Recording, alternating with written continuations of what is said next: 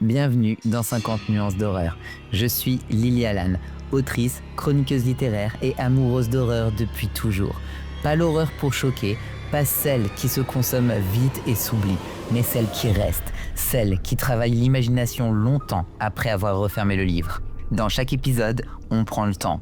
On ouvre un roman, un recueil, un classique ou un sous-genre et on le regarde sous toutes ses coutures. On parle de voix, de structure, de rythme, de motifs, de ce que le texte dit et de ce qu'il choisit de taire.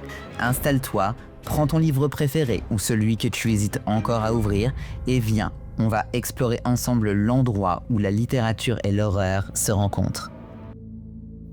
Les trigger warnings de l'œuvre abordée dans cet épisode sont l'anxiété, l'isolement, l'emprise psychologique, le deuil, les allusions à des violences familiales et à la maltraitance dans l'enfance. Je reste sobre, pas de description choquante. On parle écriture, voix, espace et responsabilité. Si tu ne dois lire qu'une seule maison hantée dans ta vie, c'est celle-ci. Rien à voir avec les attractions où des portes claquent et des draps qui flottent. The Haunting of the Hill House, publié en 1959, est un roman sur la manière dont un lieu apprend ta langue pour te parler avec ta propre voix. On suit Eleanor Vance, trentenaire, invisible aux autres et à elle-même, qui rejoint une petite équipe menée par le docteur Montag pour étudier des phénomènes dans un manoir réputé problématique. Il y a aussi Theodora, flamboyante et insaisissable, puis Luc, héritier supposé du domaine. On arrive avec eux 2 jours. Presque en souriant, on repart dans une nuit où chaque pas redit une phrase qu'on croyait nôtre. Jackson fait quelque chose de rarissime. Elle écrit l'adhérence. Pas l'attaque, pas l'assaut, la manière dont un espace te colle jusqu'à ce que tu ne saches plus où tu finis. Mon programme d'aujourd'hui est simple. D'abord, cadrer ce que Jackson fabrique formellement, une voix qui glisse, une maison qui est un système de phare, un groupe qui devient laboratoire de micro-cruauté. Ensuite, on entre dans le cœur du livre, Eleanor, son besoin sauvage d'appartenance, la porosité de la pensée, la façon dont Hill House prend ce besoin au pied de la lettre. Enfin, on parle éthique et construction. Comment écrire une hantise sans gadget? Comment orchestrer l'ambiguïté sans tricher? Et pourquoi ce roman reste un manuel pour 2025? IA, réseau, maison intelligente, bulle affective, tout y est déjà en littérature. Je te le dis dès maintenant, on ne cherchera pas à résoudre Hill House en disant c'est psychologique ou c'est surnaturel. Jackson a voulu tenir les deux. L'intérêt n'est pas de trancher, mais d'observer comment la forme du texte autorise les 2 lectures en même temps. Tout commence par une phrase quasi proverbiale qui déclare la maison pas saine et qui fait tourner la langue sur elle-même jusqu'à l'obsession. Je n'en cite qu'un fragment pour rester sage, mais l'idée est là. La syntaxe même refuse de se reposer. Cette ouverture non seulement pose une atmosphère, elle donne le mode d'emploi du livre. Hill House est un discours. On ne la comprend pas avec des plans, mais avec des refrains. La grande idée de Jackson, c'est d'avoir fait de l'architecture un comportement. Les portes se referment toutes seules, non pas parce que c'est des esprits qui les poussent, mais parce que la maison est montée pour ramener ce qui s'ouvre. Les angles sont légèrement erronés, le regard s'y perd, les couloirs répètent des couloirs, on fait 3 pas et on est déjà ailleurs. C'est plus fort que n'importe quel miroir brisé. Tu lis la perte d'orientation comme une figure de style. À partir de là, chaque scène importante, les cold spots, les processions nocturnes, les inscriptions murales fonctionnent sur le même principe. Déplacer ce que tu crois fixe d'un cheveu et observer comment tout ton outillage mental s'effondre. Formellement, Jackson utilise une 3e personne très proche d'Eleanor, presque de la libre indirecte. La phrase bascule sans prévenir du descriptif objectif à la micro-pensée d'Eleanor, puis revient. Cette porosité est capitale. Elle autorise la maison à entrer. À force d'être près de la pensée d'Eleanor, on accepte que la formule revient. Jour bon, journée bonne, je suis comme une petite enfant dans les bois, etc. Et quand ces formules se retournent contre elle, on ne sait plus d'où vient l'impulsion. La hantise n'a pas besoin d'un appariteur, elle se glisse par répétition. Il y a aussi l'humour de Jackson dont on parle trop peu. Le docteur Montag est un genre d'antiquaire du fantastique, érudit et poli, un peu vaniteux. Théo est brillante et piquante. Luc, lui, a la désinvolture des riches qui n'ont pas encore chuté. Le roman est drôle avant d'être terrifiant. Ce qui est essentiel, le rire ouvre la bouche. Et c'est par là que la maison entre. Jackson n'accumule pas les effets. Elle installe un groupe qui se croit à l'abri derrière des traits d'esprit, puis elle déplace la table d'1 millimètre. Eleanor Vance, c'est une voix qui cherche une phrase d'accueil. Elle a passé des années à s'occuper d'une mère tyrannique et malade. Elle se retrouve, à la mort de celle-ci, à cohabiter chez une sœur qui la traite en enfant et en fardeau. Quand arrive l'invitation du docteur Montag, la route elle-même devient une promesse. Elle vole une voiture, elle observe des maisons, elle s'invente des appartenances, en se disant « cette véranda pourrait être la mienne ». C'est un détail, mais c'est la clé. Avant Hill House, Eleanor parle déjà comme quelqu'un qui veut habiter une phrase. Elle n'a pas besoin d'un fantôme, elle a besoin d'un nous. La rencontre avec Théo cristallise cette énergie. Entre elles, Jackson écrit une affinité qui tient de l'évidence et de la menace. Théo reconnaît tout de suite l'intelligence d'Eleanor, puis se moque un peu, puis s'attache, puis pique pour voir si Eleanor saigne. L'ambiguïté affective, admiration, jalousie, désir, peur de se compromettre, est traitée sans grandiloquence. Des dialogues rapides, des regards, des silences trop longs. Dans ce ballet, Hill House assiste et enregistre. Elle retient les phrases qu'Eleanor répète, elle les restitue. C'est l'une des plus belles trouvailles du roman. L'inscription murale qui connaît le nom d'Eleanor, ce n'est pas un gag de maison d'horreur, c'est un acte d'attention monstrueux.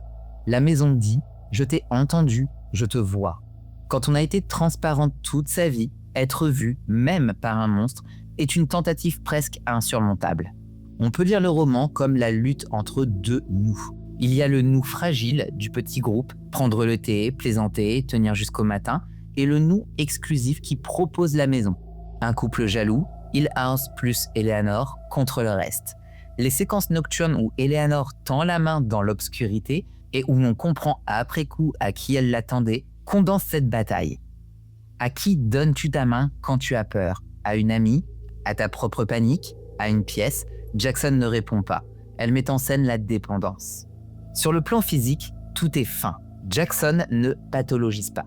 Elle observe. Eleanor parle, comme parlent les personnes qui ont été dépossédées de leurs décisions pendant longtemps. Elle se promet des petites choses. Je vais boire un café sur une terrasse. Elle négocie avec sa propre peur. Ça va aller, je pense à X. Et quand l'extérieur la rejette, elle fait retraite dans une phrase. Hill House, par sa structure répétitive, offre un abri. C'est effrayant parce que c'est accueillant. Quand vient la fin, on peut lire 2 scénarios.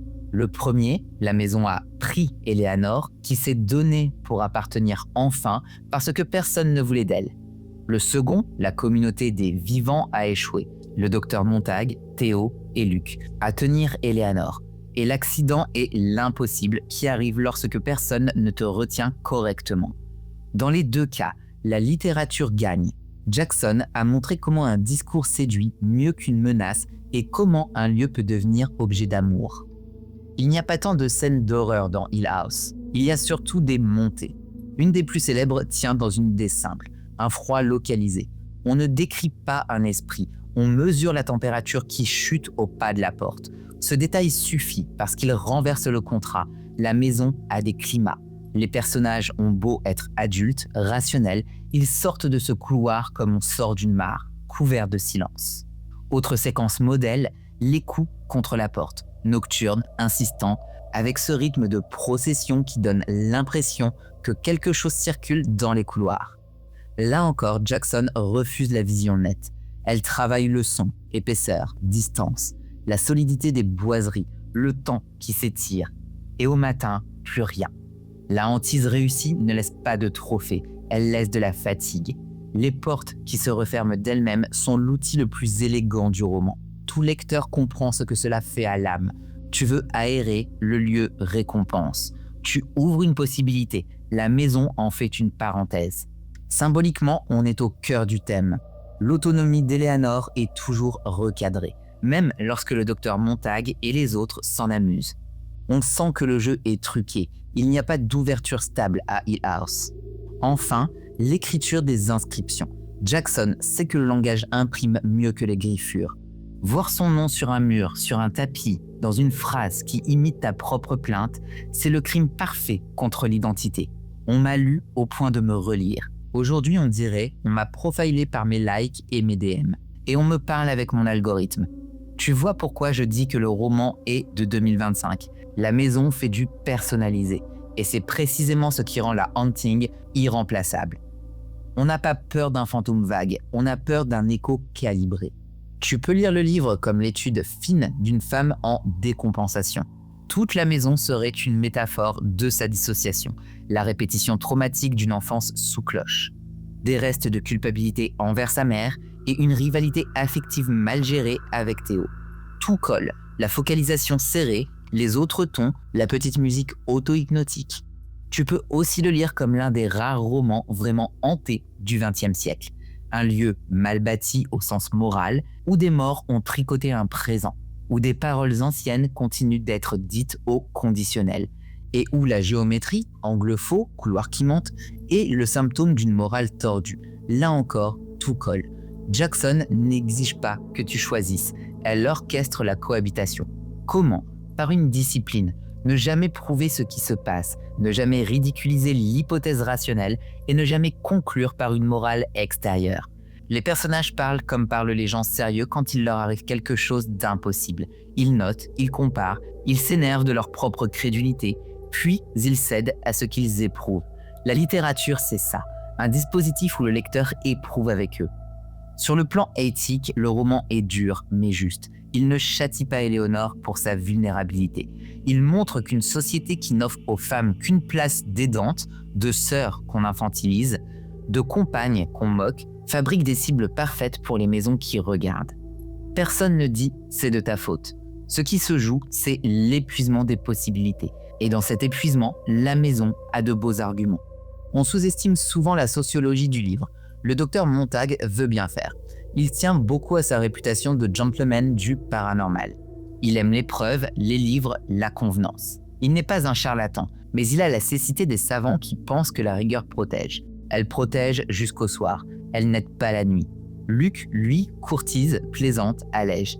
Théo scintille, et sa brillance protège mal, face à la fragilité d'Éléonore. Théo a peur pour sa propre image, alors elles se blessent toutes deux à mots couverts. Rien de spectaculaire. Des piques, des oublis, des réparties. La vraie cruauté ici est mondaine. Le roman suggère aussi que la politesse peut être complice. Les adultes sont civilisés. Ils parlent bas pour ne pas faire d'histoire. Pendant ce temps, la maison fait l'histoire. On peut lire la catastrophe finale comme l'addition de toutes les petites défaillances. N'avoir pas su écouter la soif d'appartenance d'Éléonore, avoir pris pour caprice ce qui était supplication et avoir géré au lieu de tenir. C'est une leçon d'écriture aussi.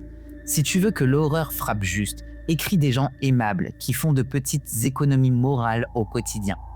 Quand la nuit tombe, on sait pourquoi elle gagne. Comment écrire une hantise qui tient sans effet facile ? Premièrement, choisis une idée physique, simple et exploite-la jusqu'au bout. Le froid local, la porte qui revient, l'écho d'un prénom, un escalier qui semble plus long au retour qu'à l'aller. Pas besoin de 20 manifestations. 1 ou 2 signatures suffisent si tu modules. La répétition n'est pas un défaut, c'est un moteur de la hantise. Deuxièmement, règle la focalisation au plus près d'un personnage qui désire quelque chose. Appartenir, être vu, être libre, peu importe. L'attaque n'est pas d'abord une peur, c'est une séduction. Laisse l'espace répondre à ce désir avec les moyens du bord. Langage, climat, petite mécanique. Troisièmement, travaille le retour des phrases. Donne à ton personnage des refrains. Aujourd'hui, je serai, quand tout ira mieux, je me tiendrai droite, etc., etc. Puis, fais-les revenir légèrement déplacés, attribués au monde. Un mur qui parle n'a pas besoin de sang, il a besoin de prosodie. Quatrièmement, écris l'après de chaque scène. La fatigue, le café qui tremble, les excuses, la honte d'avoir eu peur, la fierté ridicule de n'avoir rien. C'est là que le lecteur adhère. Cinquièmement, garde l'ambiguïté honnête.